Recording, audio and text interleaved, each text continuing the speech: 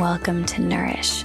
My name is Kasha, and I'm an entrepreneur, a longtime meditator, and a student of Chinese medicine. My mission with this podcast is to share the tools and practices to help you integrate your whole self into every aspect of your world. As someone who is both a type A high achiever and a deeply spiritual, vulnerable, and empathetic being, I know firsthand how it feels to be living a double life, showing up one way at work, a different way alone, and struggling to reconcile the two. This disintegration of authenticity is one of the biggest causes of burnout, health flares, and anxiety. For me, understanding how the mind-body connection is crucial to health and success, cultivating a strong sense of inner self and applying the healing philosophies of Chinese medicine and Zen Buddhism to my life has allowed me to lead from a completely heart-powered place, letting go of other people's judgments and finding peace in allowing my multidimensional being to shine. My hope is that this podcast may inspire you to do the same. I want to call out, it is a practice, it is a journey, but I believe it is the most important thing that we can do for our bodies, minds, and our ultimate potential. Enjoy.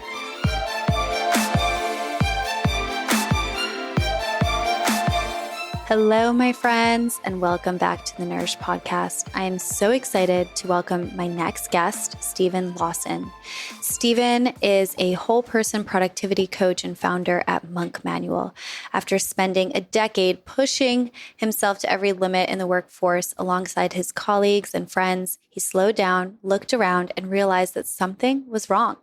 Modern productivity had given him all the right answers to the wrong questions and was robbing him of the two things he was actually seeking, peace and fulfillment. Determined to find another way of life that accounts for the whole person, body, mind, and spirit, Stephen began a soulful journey that led him to launch Monk Manual. Inspired by the wisdom of monks and rooted in positive psychology, Monk Manual designs productivity tools for the whole person. Y'all, this podcast is absolutely everything that I needed. I'm coming off of our recording just buzzing with energy because we dove into it all. We talked about the myth of productivity and how often what we think is productivity is just a bunch of busyness, how to discern between the difference. We talked about the power of both being and doing and how that can actually lead to contentment and a more fulfilling life, which ultimately, if you reflect on what it is that we are creating and putting ourselves out there and putting energy out into the world for, a lot of it leads back to desiring that sense of happiness, fulfillment, and contentment. We talked about the difference between contentment and happiness. We talked about the downfall of perfectionism and how all too often our type A, ambition-driven qualities can lead us to betray ourselves and how we can balance that and how contentment does not need to be at odds with ambition and success and working hard and creating things. We talked about examples around ways to recognize how you might be off track. And finally, we shattered the good old myths around a to-do list and how intention can actually lead to freedom from that never-ending to-do list, which most of the time just leads to busyness and not necessarily productivity. If you are looking for real insight into ways to cultivate a more meaningful, thriving life, and if you're somebody that wants to tap into lasting energy, clean energy, as Eden, who is another podcast guest, mentioned, not just dirty energy, the dirty energy of a never-ending feeling of lack, of something's wrong, of I need to work harder, of I'm behind. If you want to tap into that sustainable, clean energy of inspiration, y'all, this episode is for you. And without further ado, let's welcome Stephen Lawson to the Nourish podcast. Welcome, Stephen. Kasha, thank you so much for having me. It is an honor, and we have a lot to talk about. But before we even do that, and before we jump to the first question, I just want to say thank you for bringing this incredible product, Monk Manual, into existence. I know I told you right before we hit record that I thought that a planner/journal, something that kind of integrates your whole self, has needed to exist for so long. So I usually hate ads, but I actually am really grateful for the ad that brought this into my life and for you for creating it. So thank you. I'm grateful as well. We have, there's a lot of downsides in some ways to some of those modern technologies, but they also are really good at connecting us sometimes with things that can help us. So. And all of the mindful type A people out there like myself who need it. But before we dive into all things productivity, full life, full self living, I want to kick it off with 3 questions that I ask every single guest. And that is, what are 3 words that you would use to describe yourself? Yeah, this is actually kind of a hard question for me, but shooting from the hip, I just wrote this down about 10 seconds ago. But I think caring would be the first word. I like to think of myself as someone who cares a lot, both about what I do with my work, but also with my family and just with people. Like, I want people to experience me as someone who really cares. I'm also really curious. So I think anyone who spends a decent amount of time with me will realize that I'm really, really curious. I'm really interested in people. Whenever I meet people, what can I learn from them? And then the third is a little bit more aspirational, but it's in some ways the aspiration for me, and that's content. So I'm sure we'll get into this, but my own story, I'm a bit more type A myself, was really, really deep into productivity, but I found that it really was robbing me of a lot of my peace. I was getting a ton of things done. I was really efficient, but I was lacking a sense of meaning. And over time in my own journey, my goal in life, I think, is more to be content than it is even to be happy. It's hard to explain that, but I think that even behind my desire for happiness is really a desire for peace. And if I had to choose one, I think that contentment and peace is really what I'm directed towards. So yeah, caring, curious, and content. I love those. And I will say that a lot of entrepreneurs that I get to speak with, I would say ambitious people, tend to throw in curiosity as well. This wasn't the first question I was going to ask, but I have to go there. You mentioned that you would choose contentment over happiness. And we're going to get into, of course, Monk Manual and productivity and all that good stuff. But how do you define contentment as opposed to happiness? Because I feel like those two are related, or not exactly mutually exclusive, but I guess they could be depending on how you look at it. So what does it mean for you?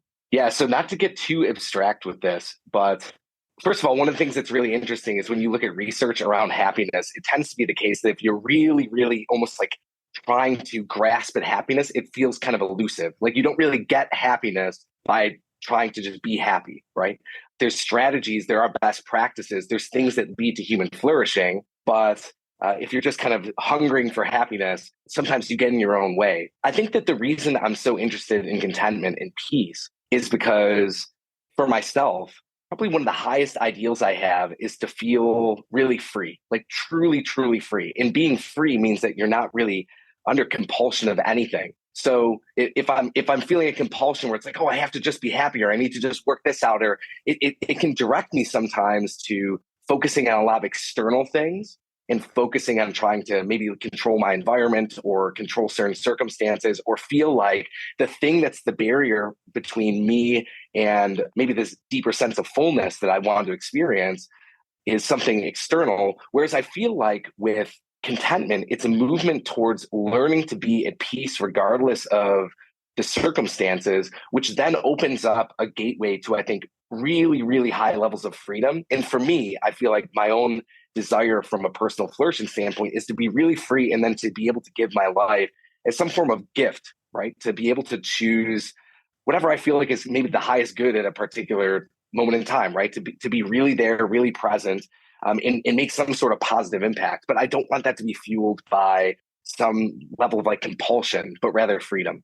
I'm laughing over here a little bit because I swear this is the second time in like a 2-week span that the speaker or the guest that I've had on the Nourish podcast has delivered exactly the message that I think I was needing to hear on that day. And I think I'm so happy we dove right into the subject because, as I mentioned before we started recording, a lot of the people that listen to this podcast is what I would describe type A mindful humans, right? Very ambitious, but then also striving for something deeper, something more, and trying to integrate those parts of themselves. And one of the things that, at least I can speak from my experience, that I struggle with as somebody who identifies as that type of person as well, is that I almost feel as though, contentment can be sometimes at odds with what it is that I'm trying to achieve. And almost as though discontentment is a driving force to help get me there. And so to hear you kind of speaking about this like different perspective, I think is really important. And also it's a very powerful shift for people. Yeah, one quick note on that, because this is one of the kind of the operating principles running behind that is I think a lot of things can drive our action, right? So we all wake up every day and virtually everyone who's listening has something they're going after, some way they're trying to maybe grow or succeed. And it takes energy to go and do that. And one type of energy is it's like a negative energy, right? It's an energy that comes from guilt, or it comes from shame, or it comes from compulsion, right? And that can be actually really effective. What I mean by that is it can be the sort of thing that can drive you to succeed in external ways for a very long time. But you tend to actually, in doing that, kind of betray yourself in a lot of different ways. And it's almost like that sort of negative energy tends to leave you feeling a bit smaller rather than expansive. And it's almost like you're burning yourself up rather than filling yourself up, right? Whereas I tend to find that when I'm operating from something a bit more positive, right, from that place of freedom, I'm still able to actually go and achieve a lot of things, right? Because I do want to achieve a lot of things. Like I don't have a desire personally to go and say like surf all day, right? Like that's not my desire. My desire is to do good things and to reach a fullness of potential for myself. But I just want to do that in a free way. And I want to do that in a way where I'm driving, where as much as possible, that's driven by something that fills me up and makes me feel kind of expansive on a day-to-day basis rather than like I'm diminishing. Oh my gosh. I love that you shared a bit more about how that looks from a very tactical point of view, energetically speaking. And I think that's really powerful. And I will say this, that I personally, as I think a lot of the audience probably relates to that aspirationally.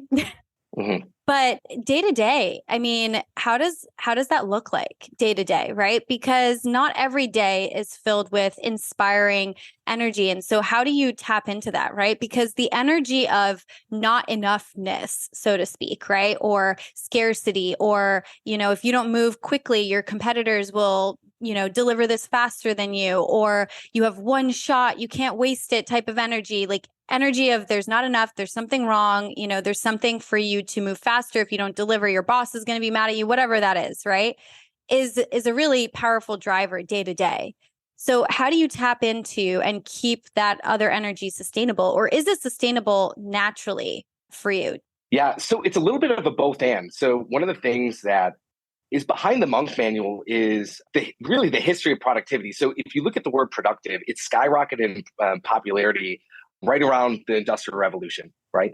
And what that shows us is we start getting really interested in being productive when our value systems became all about production, right? So an assembly line model, everything was focused on how do you go and build things to churn out the most production. And while that seems like it's just focused on the assembly line of the machine, it's a big system, and the people were a part of the system as well. And I think that a lot of our models, even for productivity, go back to that. We have almost like a robotic view of ourselves.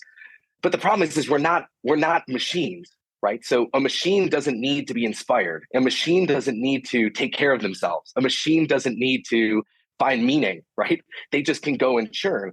And what's interesting is if you look at people who are at the height of any profession, you'll still see ebbs and flows, right? I'm watching something, there's a series right now on Netflix about pro golf.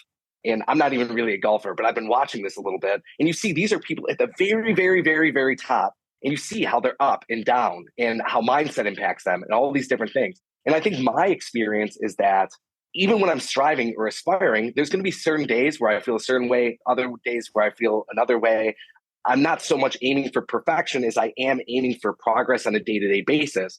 And I think that the wisdom that comes from the monks is really that the way you get there isn't through, and I think that growth trajectory isn't through primarily just like willing it, right? Like we don't just will our way to being able to grow. Maybe if you're operating 20% of the time from like a positive place, it's not like you just will yourself from 20% to being there 100% of the time, if that's even fully possible, right? I don't think it necessarily is. I think there's still times where you're going to maybe fall off the horse.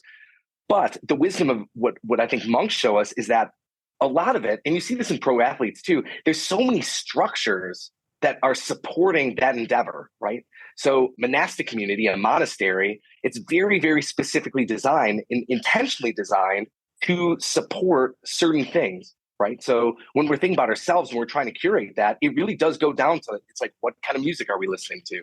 How are we keeping ourselves inspired? How are we taking care of ourselves physically? How are we structuring our days? How are we approaching our relationships? How are we even designing our environment, right? Do we have an environment that inspires us? Do we have an environment that draws us up a little bit higher? Or is it something that reminds us of all the ways that maybe we might be falling behind? And this is such like a small thing, but it's really, really practical, is that because we miss this, is that for most of us, from the moment we were born, we've been getting marketing messages fed to us telling us that we're actually not good enough and we're not okay. But if we buy this thing, if we subscribe to this program, if we do whatever this is, we will at some point be okay. That's never happened, right? Like humanity, our brains have never had to deal with someone perpetually dripping, you're not okay, you're not okay, you're not okay. So to realize like we are fighting against a pretty strong current, and even really practical things like, all right, I'm going to unsubscribe from maybe all these different ads. Or, I mean, I actually had to go one step further. And at a certain point, I even unsubscribed from a lot of personal growth type newsletters because I realized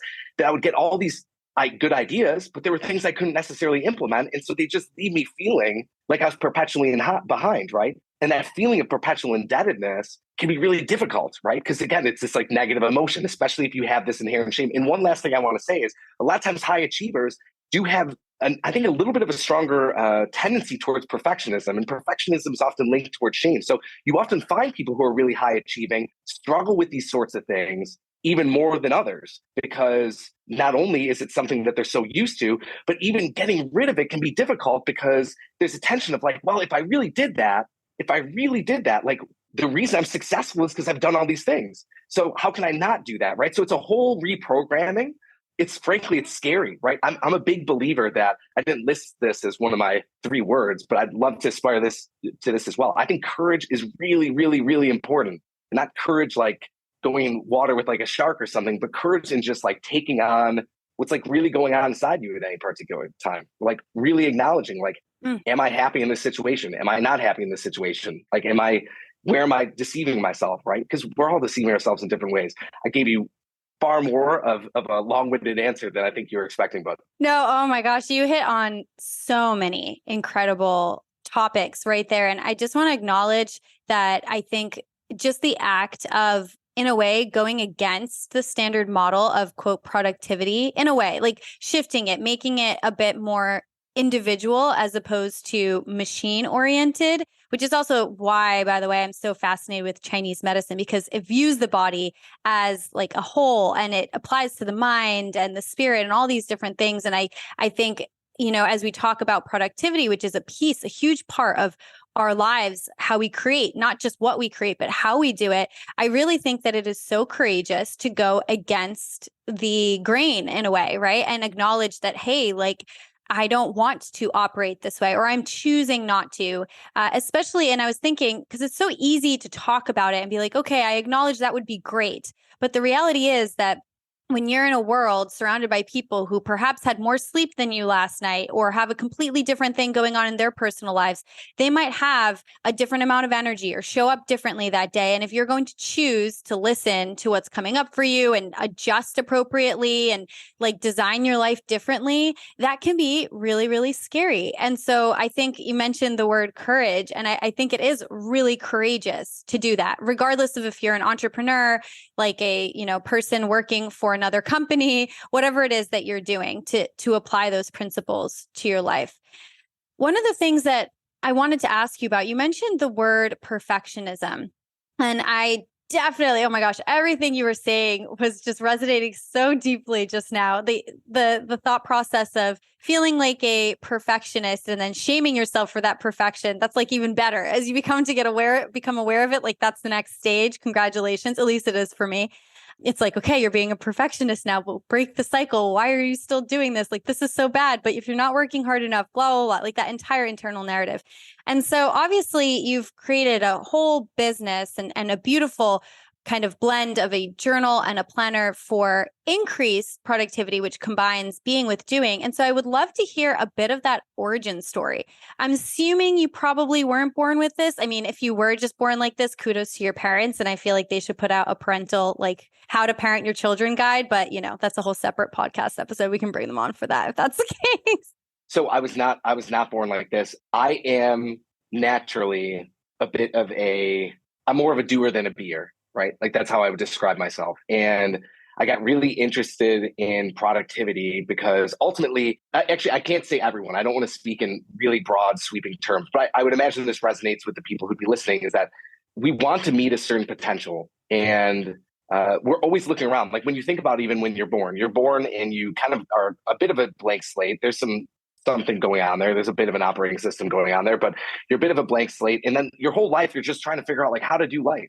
And you're taking cues from people. You're taking cues from culture. You're taking cues from a coach in high school. You're taking cues from the person on the street who maybe smiles more often than other people. We're constantly trying to read things and be like, how do I go and do this better?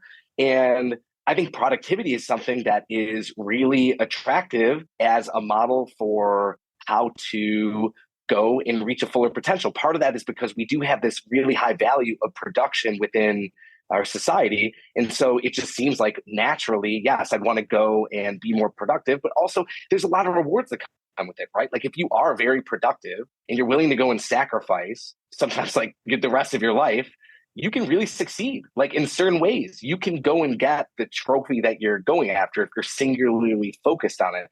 But the problem is it can lead you to feel a certain level of unrest. And like I said, potentially you betrayed yourself. There's an American monk by the name of Thomas Merton.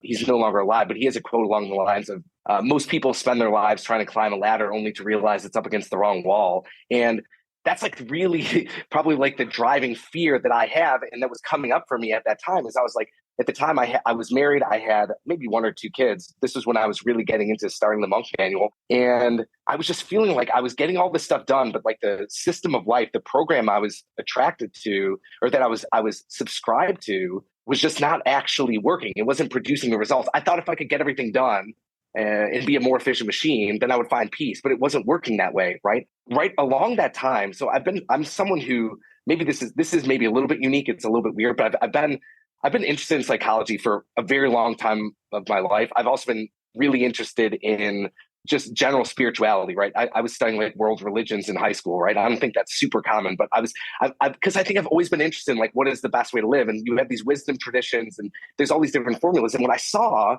was that I was reading specifically in psychology around, I guess you could even say like logotherapy, if you're familiar with Man's Search for Meaning. The author of that book created this thing called logotherapy, which is really about meaning.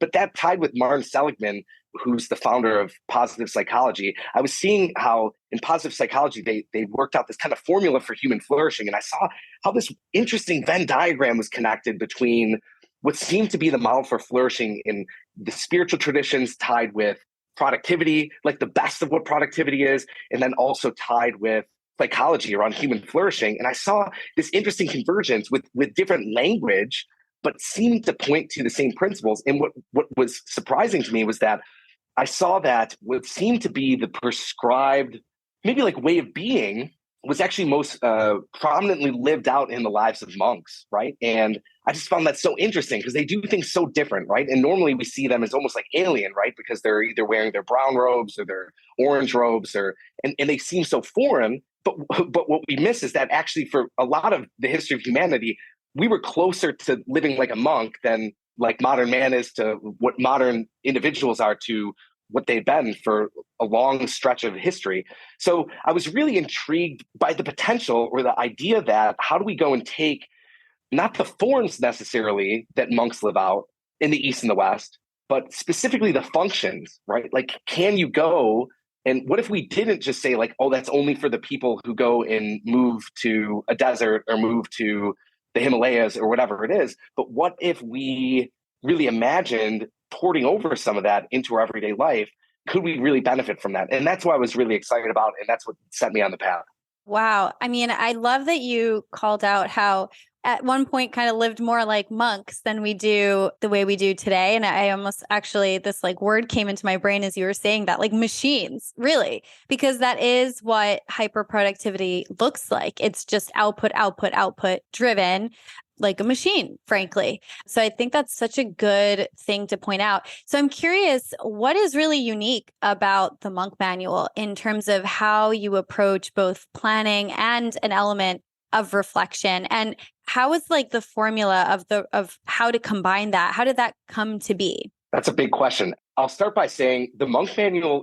So when someone says, describes a planner, or someone says, hey, think of a planner, something probably comes to your mind. Usually a planner is designed to be something that helps you organize, maybe a calendar, maybe it helps you organize your to-do list. So it is in some ways like that, but it's not just like that. It's really meant to be a bit more of like a daily system, right? With the weekly component and the monthly component, kind of like this constant calibration that's trying to do a few different things. One is it's trying to take care of some of the basic things that are important to keep feeding yourself with, like gratitude, paying attention to relationships, like paying attention to when you were maybe feeling unrest or when you were at your best. So it's trying to keep this loop going. It's also trying to help you, I would say, actually be productive. So the problem with productivity, and this goes beyond even the conversation around peace, but the problem with productivity is like you can have a to-do list and you can feel really productive working down that to-do list.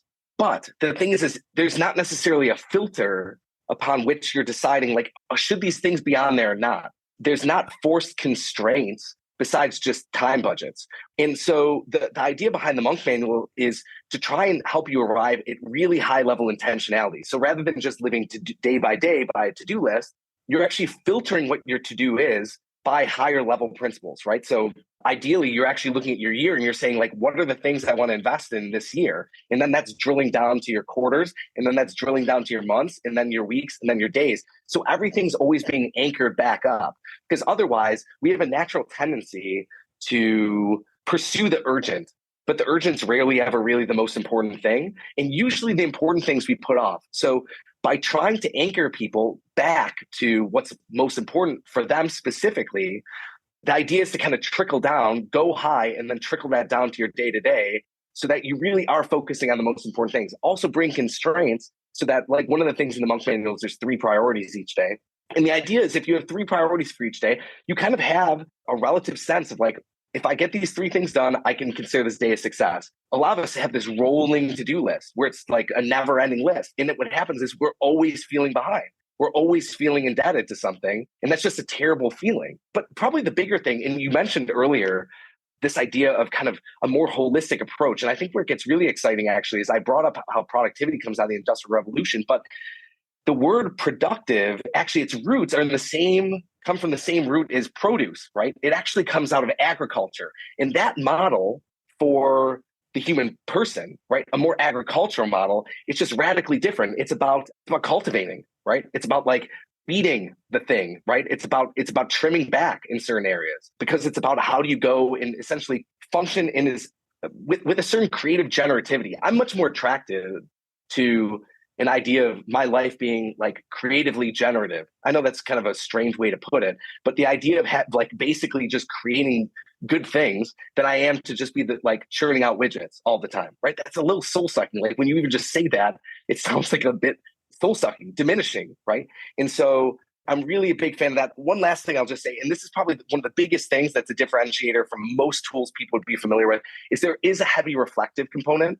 Because my own belief is that if you think of the idea of evolution is basically, in principle, this idea that certain things live and then they adapt and then certain things die. And it's like you keep moving forward. And I think our lives are like that as well, right? We build certain habits, we do certain things, and then we learn, and then we change and we grow, right? We're going through our own process of evolution. And the thing is every single day, every single week, every single month, there's so much data that's coming into our lives. Some that's coming from outside, some that's coming internally to us. And when we don't slow down and pay attention to that, we miss the lessons that life's presenting us. And so we actually slow down our whole process. Sometimes people can have basically things screaming at them from outside, like Mayday, this is not working. Something needs to change here, and put it off for a very long time because they never actually reflect and take the time to have some stillness to pay attention to what's going on. So the idea is if you can reflect every single day, you create a flywheel effect where you have this feedback loop. You close the feedback loop where you prepare and then you act and then you reflect. And every day you get a little bit better, right? Not only at being more intentional, but also kind of moving up that maybe personal ladder of fulfillment, of contentment, whatever that might be. Oh my gosh, so much there. And I love the pillars that you described, like the intentionality to make sure that you're moving in the right direction, that sense of ending that indebtedness to provide that freedom of the never ending to-do list. Oh my gosh, I can relate to that hardcore. And it gives me anxiety. Like I cannot look at my to-do list over the weekend because I immediately am just I meditate a lot, and I recognize how much time when meditating, when trying to be present, I spent on planning out what I was going to do. And so having like both intention and kind of that element of really having to choose just three things to focus on, I think that is so powerful. And I also love really prioritizing the reflection in the context of, as you mentioned, evolution, because people, myself included, I'll just speak from my experience, there's like this terror around change. And I'm going through it right now because a lot of change is happening in like my professional life. Like I'm up leveling in many ways. And there are elements of that are just completely terrifying. And so I love the notion of having kind of that reflection of change and evolution be built into the process. Because I don't think we ever look at it like that. It's just something that we try to avoid as much as possible because it doesn't feel safe, right? One thing that's, I think, actually a difficult, it's not so much a hard part of selling the monk manual, but I think it's a hard part in getting people to adopt the monk manual and actually use it, is that a lot of times we're attracted to reflection in a distraction. When we're honest, and this is, I throw this out almost just as like a challenge to listeners to just like reflect on this, because I do this as well. Like sometimes we actually get busy. This is not conscious to us, but we keep ourselves busy so that we don't have to actually slow down and we don't have to pay attention. Oh, yeah.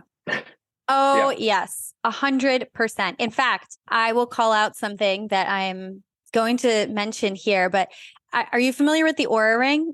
I am, yeah. This little thing that like tracks all your biomarkers. Today, I've had pretty exhausting week. I definitely pushed it a bit too hard. And I discovered this like feature called like rest tracking. And it basically is the time where your hands are warm and you're not active and you're not moving. And Aura recognizes that as rest. And I will admit that last Thursday, I had a total of 5 minutes of rest. Is that not nuts? And that is just like one moment where it's just, if you don't have time to sit there and gather your thoughts over a cup of tea, which is like one of the examples that they listed, or sit there and journal, or just nap for more than 5 minutes, like, to kind of balance that out. If just your evenings before bed are the only moments that you have to pause, and you don't even use that for pausing a lot of the time, you just collapse into bed, scroll until you fall asleep. What is that in terms of even being aware that you're living? Mm-hmm. Yeah.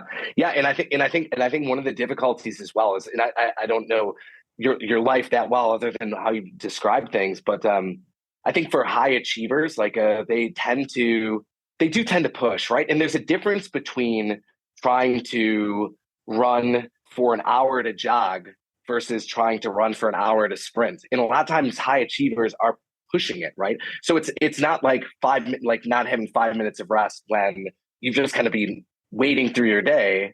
It's probably likely that you were pushing. It's like you were in high intensity training, but it wasn't so much intervals. Like there was only a 5 minute pause in between everything else that was really intense. And that is just really hard to sustain. And I think that we see signs often physically that show up before the physical signs show up, usually emotionally, mentally, even spiritually. I use that term in a very broad sense. It's like the human spirit. Like there's cues that come up in those areas, I think, long before the physical ones do. So let's talk about that actually. What are some of the signs for people who are out there listening? Because, and I'm sure, I know that you have an incredible coaching program as well that goes along with Monk Manual that's available to kind of dive deeper. We can talk about that towards the end, but I'm shocked frequently. I would consider myself a reflective individual, and I'm shocked when I kind of look back and I'm like, how did I not see this coming? Like the person that has the heart attack all of a sudden, but has had chest pain for 6 months, right? So what are some of the early signs that you might notice or that you see people talking about that show up before it's the full-on crash of the burnout, which looks very different? It might be a heart attack for somebody, but it could look like just a depression and like the need to numb every day for somebody else, right? The inability to get up because they're so exhausted. So what are some of the signs? Yeah, it's interesting, and I'll go through a few different areas, but I've noticed this for myself because I am part of my doing nature is my natural position. I think maybe since I was a child, once I became more of like a doer, I'm not convinced I was a doer as a kid, so I don't know exactly where it came up for me, but it really at the height of the productivity piece, I was like very disembodied. What I mean by that, I was like very in my head all the time. Right. And I wasn't actually aware of my body. I'm saying like the actual data points weren't there. So now there's certain things where I'll feel certain things. Like I'm like, oh, I'm really tired. Right. And then I'm like, am I just more tired because I'm getting older, or is it this or that? And I'm fairly convinced that actually what it is I just was never paying attention. Like I could go and eat food that was terrible for me, and it didn't make me feel like I just wasn't aware because it's like there's the radio of like my body and it was just like turned off, right? Or it was so quiet, I didn't even know. So I think that one thing is paying attention, right? So if you're someone who's really in your head, maybe start trying to just like pay attention to like how you're actually feeling. Actually, like, and it could even be a practice of in your body, like how do you feel? And that's something from certain types of meditation. Mindfulness meditation can help with that, body scans, things of that nature. But emotionally, the same thing, right? There's a lot of people who kind of like cut off themselves from their emotions or like their emotional body, right? Like they're not really aware of those data points, right? So from a physical standpoint, I think some of the cues are maybe pain or just tiredness, right? Feelings of angst. I don't even know if even now I have all the language, right? Because it's like I'm porting over language from something else into the physical world, but I can recognize it, right? I can recognize when something's like a little bit off, right? Emotionally, it's the same way, right? Like trying to go and figure out what's going on emotionally. The thing that's difficult about the emotional piece is I think that the goal is not necessarily to get rid of like uncomfortable feelings. That's like the happiness thing, right? It's like if you're like, I'm always going to be happy all the time and I'm always going to feel great. What that means is you just actually usually that means you just turn down the contrast on your life and you just kind of like gray out, right? If that makes sense. You just actually cut off emotion and you're not feeling anything. But paying attention to maybe those more uncomfortable emotions, things like anxiety when it comes up, rather than trying to get rid of it, saying like, what is this about? I think our emotions are actually like a really, really brilliant way for us to learn certain things. I've come to believe, and again, I'm not naturally someone who's like very cued into the emotional thing. This has been part of my process actually since the monk manual, right? But coming to recognize like what are the lessons, like what are these things teaching me, right? Like what's really going on here? There's obviously chemical things going on, there's hormonal things, but I am a big believer that when you have feelings coming up, like they're tied to things, and you can try to figure out what the triggers are. You can try and figure various things out. I think from the spiritual standpoint, probably the biggest indicator is feelings of either malaise. So like just an overall feeling of like weight, a feeling of kind of like if you feel about like, think about when you have like a cold or when you have maybe like the flu, like when your human spirit like feels like that. A little bit maybe turned up from that is a feeling of unrest, right? Like if you're feeling a sense of unrest, that's telling you something as well, right? That's not really it's tied to emotions, but it's something almost deeper. It feels a bit more almost like personal, like it's tied to something else. Also, meaning is a place kind of in that spirit place where if you're really lacking a sense of meaning or a sense of why does this really matter, diving into that. But yeah, there's a lot of, I think the big thing is paying attention. You start recognizing what those things are, and then the curiosity really becomes big. Because just trying to lean into a certain level of curiosity, you kind of can start following the breadcrumbs back to certain things, and then you can make changes. Whereas if you don't have that data, you're not even aware it's going on, right? Absolutely. And I love how you called out the like lack of embodiment. I can so relate to that deeply. And a lot of people that I know from the tech world here, I'm based in Silicon Valley, they, talk about, for example, going back to back to back all day without using the bathroom and then like waking, kind of like waking up from their stupor, being like, whoa, like I am not feeling very well, right? By the way, I was one of those people. So calling that out as something that I do or used to do, I don't do that anymore. But I think that there was also a word that came up for me, which is like this sense of self-gaslighting, where when these feelings come up, I think all too often, I'll speak for myself here, or the way I used to be at least, I would kind of acknowledge them as wrong, right? Like, oh, no, no, no, no. You can't be feeling tired. Like, like you have to finish X, as though the way that my body is feeling could be somehow, dependent on the deadline that I have in front of me. Or something along the lines of, how could you not be happy that you won X award and got X raise? Like, how could you feel dissatisfaction or feel uneasy here? Like, that something's wrong. Like, why would you feel like that? This is all you ever dreamed for. Like, almost as though there's this like inner narrative that comes up that invalidates a lot of those feelings, the feelings that don't fully align with, what productivity and achievement and whatever that, I guess, the white picket fence version of success looks like. I don't know if you can relate to that, but at least that's like the first thing that came up a lot when I was thinking about, okay, reflecting on some of those emotions, to also recognize them as, reflect on them, as you said earlier, rather than just shutting them down and like inner gaslighting. Yeah, it's really curious, right? Because there's that idea that almost like having emotions or having needs feels weak. It's interesting because I'm not in in Silicon Valley, and I'm not as familiar with it as you are. But from what I understand, it's very competitive. It has its own culture. It has its own values, right?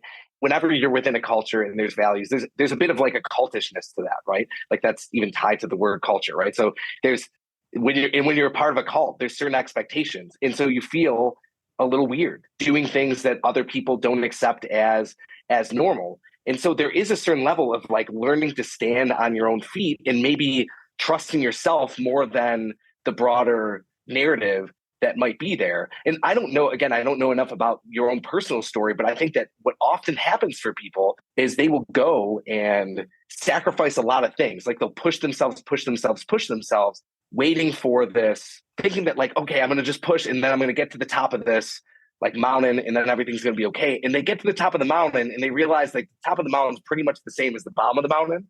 And that actually the journey was not what they even thought it would be. And then there's a feeling of like, okay, well, that trade-off wasn't exactly what I thought. It's like buying a car that like looks beautiful on the outside, but it's like a lemon. It doesn't even run, right? So you're like, was that really worth the investment to begin with? And then you just start questioning things and saying like, what do I really want? The thing is I don't think we should try and convince ourselves to want something we don't actually want. But I think a lot of us do want to live some level of peace. I'll also say I'm not personally of the opinion that you shouldn't work hard, right? Like one thing I think about is if you think about someone in the military, for example, they might have to leave their family for 9 months at a time to go and fulfill their job. And sometimes you might have to go and put in long hours. But there's a certain level of personal honesty that needs to be taken on in terms of like, is this something that's a phase or is it something that's a season? Or has this become my life? And how do I feel about that? Am I happy with that? Do I feel a certain level of contentment?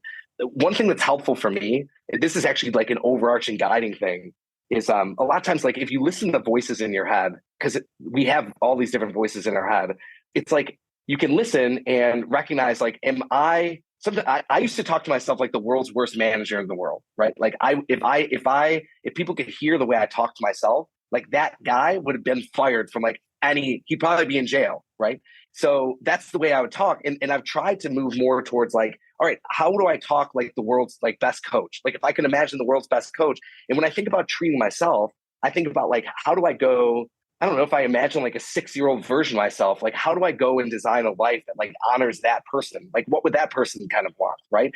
Because there's a little bit more, not primordial, but and I don't even mean to be nostalgic with it, but sometimes we forget, like there's like I'm sure people can resonate with this on some level, that sometimes you just feel like you've forgotten something, right? Like you've just forgotten something that you know is true and it's a little bit elusive and you're just trying to be like, you're trying to put the pieces together and be like, what is that? Right. But it's hard because things are moving so fast. So unless we actually slow down, we have a really hard time putting those things together. We have a really hard time trying to Because the inner voice that's like inside of us is usually really quiet.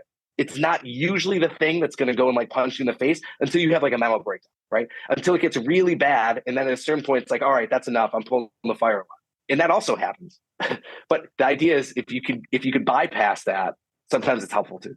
That was so good. I just have to say, I love that. Let's bypass it. Oh my gosh. Stephen, I swear I could chat with you for hours, and we got through like a third of the questions that I prepared.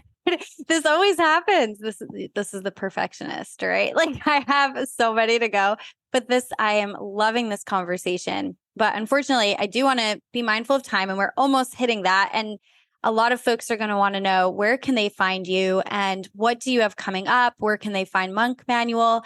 And if you can also talk about, I know you have some programs on the Monk Manual website. So where can they find you? I'm going to deep link everything. So don't worry about that. Yeah. So the first thing would be monkmanual.com. That is the home for the Monk Manual 90-day planner. It's also got a number of different resources. There's a few different programs we have as well. One is a goal tool and goal training that focuses not just on doing goals, but also being goals. Like that would be one of the other points of differentiation, right? Is it's not about just like getting things done. It's also who are you becoming? And ultimately, how are you growing your own sense of being present, right? How are you cultivating both of those things, which actually do not, if you spend enough time in the ecosystem, you'll understand that at least our premise is that those things are not running, they don't have to run in opposite directions. Like you can actually cultivate a deep, deep sense of being and doing. And ultimately, you're probably actually going to be most productive, properly understood, if you're doing both those things. So monkmanual.com. We're also on Instagram at monkmanual. And then depending on when this episode comes out, you can find me. I'm actually just launching a new version of my personal site, which would be stephenvlawson.com. And on the personal side, I do some coaching with entrepreneurs in the space of whole person productivity and what I call time leadership. I'm a big believer that we think about like time management, but actually our time problems are leadership problems, not management problems. So I do some one-on-one coaching there as well. But yeah, I would love if any of this resonates to check one of those things out. It does. I'll just tell you that much. It does. Stephen, I do have one last question I want to throw out there. And that is, as somebody who has lived the kind of before, I guess, how would we describe it? A content life, and a life driven from that energy that it comes from lack, right? And you've transitioned now to aspiring or moving towards, or perhaps even living day to day, a content life, yet still living life as an entrepreneur, a coach. Do you feel like the kind of that sense of contentment is at odds with the sense of ambition, or the sense of, or I guess the ability to create? What does it look like, practically speaking, for you today? I can answer that in a couple of ways. So if you were to ask someone if they're happy, I believe that. Oh, and by the way, sorry, I didn't mean to interrupt, but I do want to just throw in one thing, because you did mention at the beginning of this that a lot of type A perfectionists have a fear with letting go of, or like being content, because there's this fear of, I might lose, like my ability to actually create and like my kind of reach my ultimate potential. And so I think that's kind of where the question stems from, just to further clarify. So I think that if you were to ask someone if they were happy, as long as like if someone's like a 6 out of 10 in terms of happiness, they're going to say yes, right? But the thing is like actually, it's really hard for a 6 to imagine a 7. They might have an inclination of it, but they feel relative contentment, but a little bit of like a sense like there's just more, right? And I think actually when you get to like 7 or 8, you become much more aware actually of the 9 or 10, but there's always a sense that there's more that is there. Now, the thing is I've found that to the degree that I am maybe in the grip of doing, what I mean by that is like when I'm purely externally focused and I'm just about achieving like long-term outcomes, what ends up happening is I almost entirely sacrifice the present. What I mean by that is I'm just not there. It's like my life is a movie that I'm missing. And so the way that works is that if you're always focused on the next thing, you can have an entire swath of your life, like a 10-year period, where you were never there the entire time. And again, you might get things for that. And you might think that, oh, maybe at some future point, I'll be able to be happy and do all these things. I've just decided for myself, I don't want to do that because I feel like first of all, I think that rarely ever happens exactly that way. But I want to kind of meet the potential of every present moment while also doing that by deeply engaging in the material of my life. So the material of my life would be, what is the actual good I can do? So something I do that's been helpful because it's moved me a bit out of like the perfectionism. I think there's still some perfectionism that comes up though, because like old habits die hard, right? Like it's not, none of these things are like you just take a magic pill and then the next day you wake up and you're a different person, right? Like they're deeply rooted. It's like a fishing line. You got to untangle it and it's a mess. But to the degree I'm able, what I try to do is operate from a place where on a very baseline level, I've decided that I want to go and do some good, right? Now, doing some good does not mean like I'm like volunteering all the time at like a soup kitchen. It means that I believe that there's some potential, like my life is essentially a gift, right? I didn't earn my life. I was born and for whatever reason, I'm here, right? So my life is a gift that I just freely got. And I want to go, and I have found that for myself, and there's some psychology behind this, but your life becomes very deeply meaningful when you approach it as like, I'm just giving that gift back. And I'm just going to try to always choose whatever I feel like is the highest way to give that gift. Part of that is making long-term investments. Part of that is saying like, I might go and try and move up the ladder in this organization I really believe in because I want to provide for a family, or I want to go and I believe in the mission, or I just want to refine this way or that way. But like when the baseline is actually like in some ways generosity, which again is when you're freed from that compulsive spirit, when it's not motivated by guilt. You can't really be generous and be motivated by guilt because that's actually coercion, right? That's like you being coerced to go and give. That's why sometimes when people can give, if someone says like, hey, do this thing for me, and you feel like you're committed to it, you actually don't feel like you've expanded afterwards. You feel like you've shrunk because you're coerced to do it. So generosity being this free gift that you're giving. And so I'm trying to operate from that place and then meet every moment and constantly trying to, in a sense, like discern what is the higher potential. And that includes like leveling up, like what you're talking about of being like, I want to go and take this. Like if you know you have the potential to do greater good, then you're always going to want to be trying to do that. And it's not necessarily just like even for you. It's because if it's just for you, there's some meaning you'll get out of that. But if you actually feel like, look, this is going to benefit people, it's much more meaningful. Like I'm sure for you, like the idea of you thinking about a listener, maybe listen to this and it impacts their life in a positive way, like that probably really fills you up. That probably really gets you going. Like that, if someone emails and says like, oh, this was an amazing thing, it really helped, that might carry you for a whole month of work where you're feeling really inspired and all these things. And so I actually feel like in some ways, it creates such a deep passion for me that I'm no less ambitious than I ever was. And I'm an intense person. I could have named that as one of like my 4 things. Like I'm very intense. Like I feel things very deeply and I am very intense. So I don't feel like it's impacted that. It's just changed the way I experience it, right? That's the whole premise in some ways behind the monk manuals. It's like you have tasks of life and you're going to be doing a lot of these things anyways. It's not about leaving the world to go join a monastery. It's about how do you go and live like a monk right here, right where you're planted. So essentially like bloom where you're planted. And that doesn't mean disengaging from your life. It means fully engaging in it. It means being even more present in your workday. It means rather than zoning out at a meeting, you're actually trying to understand like what's going on here. How do I go and engage this? What's going on for this person, right? It's always trying to go and actualize the potential of the present moment, which very, very few people do. And that's why I think that actually it ends up strangely, although there is the fears are natural, I think it actually ends up unleashing a whole new level of potential. That's been my experience at least. I love that. What a note to end on, Stephen. It was such a pleasure having you on. I feel super inspired for my day. So just know that this conversation inspired me. I cannot wait to have it inspire our listeners. And thank you so much for joining me today. Yeah, thank you so much for having me. All right, everybody. See you next time. Thank you so much for tuning into this episode of Nourish. If you enjoyed this conversation, please leave a review. 5-star reviews help the podcast grow, and I'm so grateful for that. I publish new episodes twice a month, so hit the subscribe button to be notified. And if you want to stay connected in between episodes, join my community on Instagram and TikTok at nourish_podcast. All right, that's all I got for you today. See you next time.